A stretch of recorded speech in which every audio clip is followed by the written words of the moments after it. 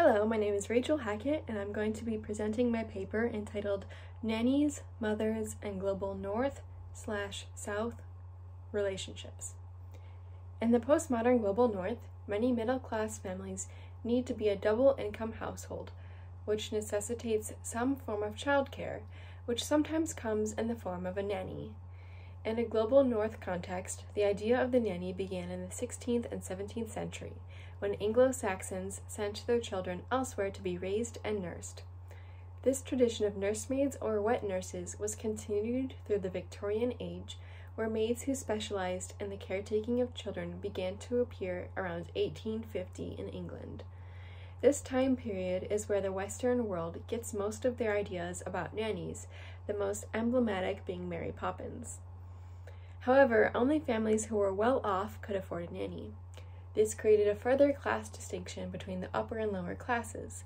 The upper classes were raised by nannies in their early years and often had little contact with their parents, while the lower classes were raised by their parents themselves. World War II mostly put an end to nannies as essential figures and created the ideal of the June Cleaver-style stay-at-home mother, which has become the traditional ideal model of childcare. In the modern day, as Cameron Lynn MacDonald explains in her study on nannies and the micropolitics of mothering, with the formation of global cities comes both a wealthy class of knowledge workers who need and can afford domestic help, and a labor pool of predominantly immigrant women to fill those needs at low wages. This paper will discuss the phenomenon of nannies as childcare in Alfonso Cuarón's 2018 film Roma and Leila Slimani's 2016 novel Chanson Douce. The purpose of studying these two works together is to discuss the phenomena of nannies and the relationship between nannies and mothers, especially in a global South context. Both Roma and Chanson Douce take place in the global cities of Mexico City and Paris, where members of the global South and North frequently come in contact. Cleo and Louise are not immigrants, but they both come from a world outside the world they work in. Cleo is an indigenous woman from a village in Oaxaca who works in the wealthy neighborhood of Roma, and Louise, although she's white, is from a poor Paris suburb, yet works in one of the wealthiest Parisian arrondissements. Thus, because of their global class and geographical positions in a global city, Cleo and Louise could both be considered members of the global South. This essay begins by examining the relationships between nannies and mothers in Leila Slimani's Chanson Douce and Alfonso Cuarón's film Roma. The entangled histories of the global South have come to affect the female relationships in global North, especially relationships imbued with familial and class tension. Since the caretaking that nannies do does not produce a money-making object, the positions of nannies are less valued, yet they are put in the position of a family member and must deal with many contradictory demands. Chanson Douce shows an example of a female relationship that can be sabotaged by the unfortunate circumstances faced by women as a result of patriarchy and misogyny, and Roma shows an example of a female relationship that can be encouraged by these unfortunate circumstances. Roma, a 2018 Netflix film directed by Alfonso Cuarón, tells the story of Cleo Guitares, an indigenous woman from Oaxaca, serving as live-in, nanny, maid, and cook for Sofia, Antonio, Teresa, and their 4 young children. The family lives in an upper-class neighborhood of Mexico City known as Roma, and Antonio works as a doctor, although he is often away from the family home. Eventually, Antonio leaves his family, but Sofia avoids telling the children this for as long as possible. The film focuses on both Cleo's life serving the family and her life outside the family home, including her relationship with her boyfriend Fermin. The French novel Chanson Douce by Leila Slimani tells the story of the Massé family: Miriam, who is a Moroccan immigrant, Paul, a French native, and their 2 children named Mila and Adam. The novel opens with the foreboding sentence, "Le bébé est mort," the baby is dead. The first chapter is a short sketch of a horrifying murder scene in which Louise, the nanny, has killed the children entrusted to her care. The rest of the novel tells the story of how this tragic situation came to be. Since both Cleo and Louise are both members of the global South, it must mean that their employers are members of the global North, since they have access to the wealth and privilege needed to employ domestic workers and to have jobs in the knowledge economy. Yet, this positioning needs more explanation since both Miriam and Sophia have roots in colonial history. Since it is mostly immigrant workers who work as nannies, or domestic workers more generally, it might initially make more sense to position Miriam as a member of the Global South, since she is an immigrant from Morocco and indeed still affected by racism. There is one brief incident in the novel where Miriam has decided to hire a nanny, and she visits a nanny agency where the manager experiences racism against her. Yet, this incident does not stop Miriam from being discriminatory in her own search. She and Paul decided not to hire a nanny who is an illegal immigrant, since she might be afraid to call the police or hospital if there is an emergency, for fear that she will be discovered and deported. Miriam even rejects hiring a Maghreb nanny, even when Paul suggests that it might be nice to do so, since she could speak to the children in Arabic, since Miriam refuses to do this. As Miriam explains, she was always suspicious of what they called the solidarity of immigrants. Miriam is instead aligned with the Global North because she refuses to acknowledge this solidarity and wants nothing to do with her Moroccan background.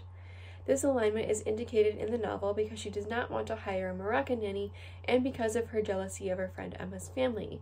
She envies Emma's perfect family with her blonde children and their perfect family photographs posted on social media. She has instead embraced a sense of globalized being where the world has become a single place. The access to technology, education, and information services and markets of global capitalism, as well as globalization in general, have allowed Miriam the privilege to work as a lawyer and be in a position of power, even as an immigrant herself. Miriam's reluctance to hire a Moroccan nanny aligns with Cameron Lynn McDonald's study on nannies in the book entitled Shadow Mothers, Nannies, Au Pairs, and the Micropolitics of Mothering, part of which involved interviewing women about what characteristics or qualities they looked for when hiring a nanny. The study found that women hiring nannies did not seek either to establish a status hierarchy or to maintain ethnic similarity, yet they looked for a specific set of ethnic markers. They associated particular languages, demeanor, values, and so on with particular groups of people. The hiring of nannies based on certain ethnic markers is something that is interesting when considering the Massey's process for hiring their nanny. Every candidate they interview is introduced and dismissed within a single sentence in the novel, with certain ethnic and/or physical markers the only reason that they were not hired. Likewise, since Sophia is from from Mexico, a country normally thought of as being part of the Global South, it might make sense to categorize her as a member of the Global South in some ways, especially once she becomes a single mother when Antonio leaves her. Yet, because of her wealth and position in relation to Cleo, for the purposes of this paper, she is a member of the Global North. Even though it was out of the ordinary to be a divorced woman in Catholic Mexico, especially during the 1970s when the film was set, Sophia is still able to exist as a member of a bourgeois class and maintain the economic status quo of her family. She's able to get a full-time job at a publishing house. Despite Antonio not sending her any money, she is still able to employ Cleo and the other domestic workers. Sophia's ability to maintain her family despite being separated from her husband is in sharp contrast to what Cleo's life would be if her child had survived, both because Cleo's child was conceived out of wedlock and because she is a poor indigenous woman with few economic resources. The reality of the difficulty Cleo would have faced if her child had survived is perhaps one of the reasons that she said she didn't want her baby to be born. Although more explicitly in Roma than in Chanson Douce, both works take place against a backdrop of protest. The 1971 student protests in Mexico depicted in Roma were against the government's repression of journalists, politicians, and other activists after the 1968 social protests. Although not depicted in Chanson Douce itself in the early 2010s, France was experiencing tensions apropos the banning of the niqab, such as the Trappe riots, which erupted in 2013 when a man assaulted a police officer for attempting to check the identity of a woman wearing a niqab.